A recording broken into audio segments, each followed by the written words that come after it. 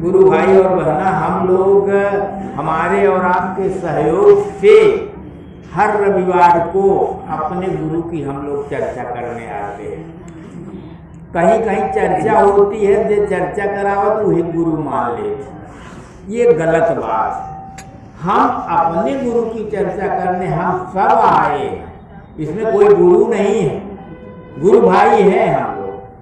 तो देखिए, समय की गति है, हर युग में ऐसे लोग हरदम भगवान जो है एकदम शरीरधारी के रूप में ही पैदा होते हैं। भगवान बन जाते हैं लेकिन शरीरधारी के रूप में ही पैदा होते हैं। महामानव हरेंद्रानंद भी एक शरीरधारी आदमी थे, लेकिन जन्म से ही उनके सारे कार्य विलक्षण के थे।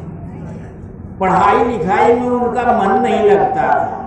शमशान में जाके 2 बजे रात भूत प्रेत उड़ने के चक्कर में रहते रहे कि का हो थी कैसे जाने के चक्कर। 14 साल तक वहाँ लगे रहे उन भूत प्रेतों के साथ शमशान में। शमशान में आदमी अकेले जाता है, 2 बजे रात जाता है, सामान्य आदमी तो डर के मर जाएगा।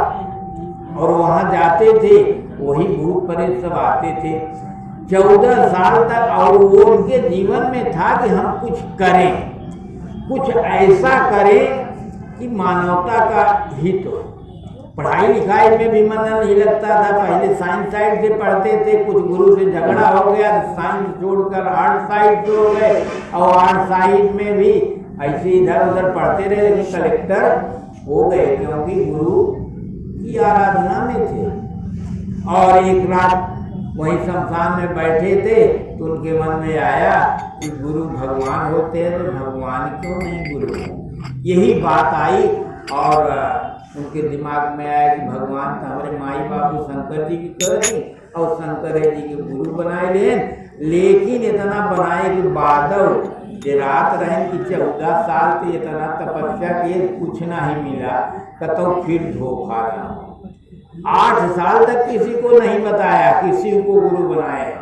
वो जानते थे और उनकी पत्नी जानती थी, उनकी पत्नी जानती थी। तो अब पत्नी उनकी अच्छी पुजारी थी, उसमें भी एक उनकी शादी हो रही थी। तो पंडित पूछे इनसे, हरेंद्रानंद जी से, कि तुहार गुरु के हैं, काहे किसी साले गुरु नहीं बनाया। जब उनकी पत्नी से पूछे कहाँ हमारा गुरु शिव है, तो हरेंद्रानंद जी बाद में मजाक में कहें कि तुमने हमसे शादी करने के लिए शिव को गुरु बना लिया था, तुमने चापलूसी किया था। तो ये अपने उनके जीवन की कहानी है। तो हम लोग यहाँ जो आते हैं अपने जीवन की कहानी सीखने के लिए आते हैं। यहाँ पर हम आते हैं आध्यात्मिक शिव चर्चा। एक चीज जान लीजिए कि जो आंख से दिखाई देता है उससे शिव गुरु का कोई मतलब नहीं। अगर शिव गुरु से रिश्ता करना है तो वो मन में दिखाई दे। हमारे गुरु जब मन में दिखाई देंगे और उनसे हम दया मांगेंगे और चर्चा करेंगे और नमः शिवाय से प्रणाम करेंगे, तभी अजीब करिश्मा होगा, हमारा जीवन बदल जाएगा। क्योंकि ये महाकाल है, शिव महाकाल है, काल को भी बस में कर लेते हैं। तो हमारा कोई, अगर इनके साथ हम हैं तो हमारा कोई खतरा नहीं हो सकता, लेकिन साथ हम कैसे हो। उसी तरह हरेंद्रानंद जी ने बताया कि ये सब मन का खेला है। इस दुनिया में हम अपने मन के अनुसार कर रहते हैं, हमारे मन में जो आता है बचपन से वही करते हैं। तो मन में एक, लेकिन करते करते क्या होता है, पैसा कमाते तब भी दुख में जाते हैं। कोई भी काम संसार का करते हैं, अंत में बुढ़ाई जाए दुख ही आओ। कोई भी दुनिया में ऐसा संसारिक काम नहीं है कि जिसको हम कर दें और बुढ़ाई लाए हमको सुख मिले, कोई काम नहीं। लेकिन अगर शिव को गुरु बना लीजिए तो बुढ़ाई कटने में कोई दिक्कत नहीं हो। ये है कि शिव अपने मन में आ जाए। एक समय ऐसा आता है बिटिया बेटवा और कोई साथी नहीं होता, इस जीवन का सत्य है। कि एक समय आता है कोई साथी नहीं होता। रात की क्यों पानी मांगा था, जवान लड़कियां पतो पढ़ाने का नियम लगा था कि परेशान कर रहे। उस समय वही एक अकेला हमारा साथी होगा, शिव गुरु। और यहाँ हम अपने दुखों को दूर करने के लिए आते हैं। और सबसे बड़ा दुख बुढ़ापा है। बुढ़ापा में अगर कोई साथी मिल जाए मन का, तो इससे बढ़िया कोई चीज नहीं है। तो यहाँ हम अपने शिव को गुरु बनाए हैं, तो शिव से रिश्ता बनाते हैं।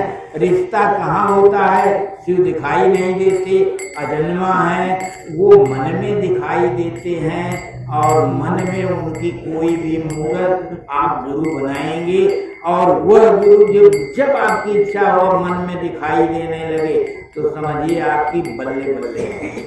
अगर गुरु हरदम दिखाई देता है जब आपकी इच्छा हुई, और वो कैसे दिखाई देगा?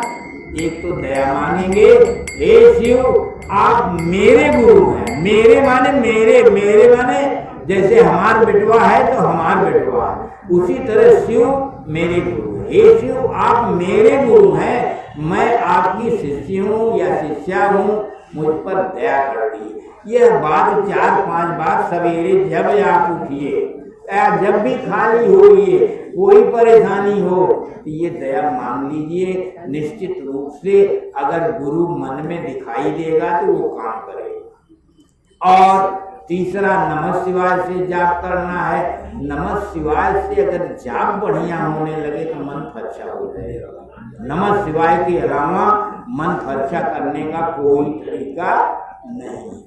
हमारा मन इस संसार में लगा रहता है। और जब और कब होगा नमः शिवाय? सांस से।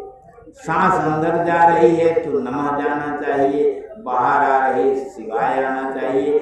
जब सांस में नमः शिवाय सुनाई देने लगेगा, तब जो है वो नमः करेंगे, गुरु की फोटो मन में दिखाई देगी, शिवाय नमः शिवाय सांस में। अच्छा, उसमें एक चीज है, जब हम सांस खींचते हैं तो बल भी लगता है, बल नहीं लगना चाहिए, क्योंकि सांस सिर्फ नाक में चलती है। वैसन सांस लग कोई पेटवा उठवा तक चलत है, वो सही सांस नहीं है।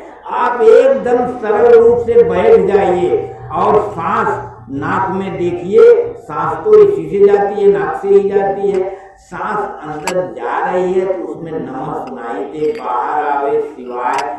और जब उतनी ही रहे और शरीर पर कोई असर न पड़े, शरीर इतना ढीला हो जाए कि उससे कोई मतलब ना रहे, और नमः शिवाय चलने लगे, तो आप घंटा आधा घंटा खूब बढ़िया बैठ सकते हैं। और लगता है कि बस गुरु के अलावा दुनिया में और कोई मजेदार आदमी है नहीं। और उतना करने के बाद एक समय थोड़ी देर के लिए आपके अंदर इतनी ताकत आ जाएगी कि एकदम बच्चे जैसा शरीर लगने लगता है, बुढ़ाई में भी लगने लगता है। और उस समय इतनी ताकत होती है कि ज्यादा इधर उधर करेंगे तो खतरा भी हो लगता है, क्योंकि बुढ़िया शरीर है, शरीर बुढ़ापा है लेकिन मनवा जवान हो जाता है। जब शिव गुरु से बढ़िया रिश्ता फर्चा मन से होता है, तो उसमें सावधान रहने की भी जरूरत है कि हे गुरु हमें बनाए रखा, हमारा कोई नुकसान ना हो।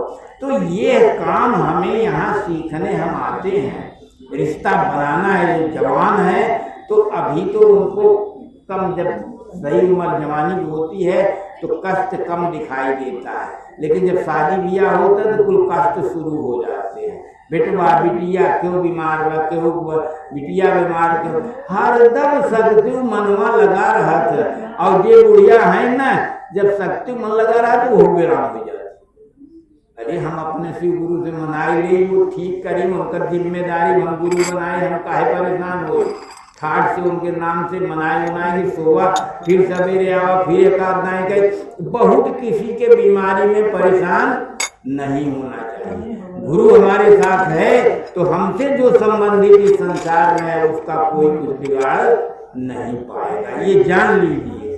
तो हम यहाँ जो है अपने गुरु से, आध्यात्मिक गुरु अर्थात मन का फोटो, हरिंदर जब गुरु बनाया तो सारी पढ़ाई लिखाई, सारे देवी देवता सबसे संबंध पाठ किया और मरते दम तक शिव गुरु के साथ जिंदा रहे। फट से 1-2 दिन की बीमारी में सांस चली गई, शरीर छोड़ दिए, आज भी लगता है कि वो जिंदा है। इस तरह से आदमी अमर होता है। शरीर तो एक घर है, सब शिव का एक घर है। हमारी ये सोच होनी चाहिए कि जो कुछ भी हम कर रहे हैं वो शिव गुरु कर रहे हैं। जब हमारे अंदर ये आए हमारा डोलना बोलना उठना, यहाँ 2-2.5 घंटा हम बैठे रहते हैं और देखते रहते हैं गुरु बहना तमाम तरह की चर्चा, बीच बीच में फोन आ जाता, तमाम तरह की चर्चा हो। लेकिन अब हम आते हैं बैठते हैं तो हमको लगता है 2.5-3 घंटा बहुत आराम रहता है और हमें कुछ भी याद नहीं रहता, लेकिन शिव गुरु याद है। तो इस तरह घंटा आधे घंटा आप अगर करना सीखे तो सारी दुनिया के काम सब हमारे पास भी उतने काम है जितना सबके पास है, लेकिन सब काम अपने से होते हैं। कोई एक आदमी 10 काम थोड़ा तो करेगा, ये जहाँ वक्त करे शिव गुरु चाहिए तो उसको करेगा। तो यहाँ जितनी गुरु बहना और गुरु भाई आते हैं, सबसे पहले लोग हमारे किताब में पढ़ा जाता है कि नारी उत्थान करो, नारी उत्थान करो, और हमारे शिव चर्चा में गुरु बहना अपने आप उत्थान हो जाए। हम देखते हैं कि बाजार में कहीं भी गुरु बहना मिली, फट से नमस्कार कर ले। ताजुब है कि पहले पराए मन से बात करेंगे लाज लागत रही, आज गुरु बहना बड़े प्रेम से नमस्कार कर ले। इतना जागरण नारी में पढ़ाई लिखाई से नहीं हो सकता जितना शिव चर्चा में आने से होता।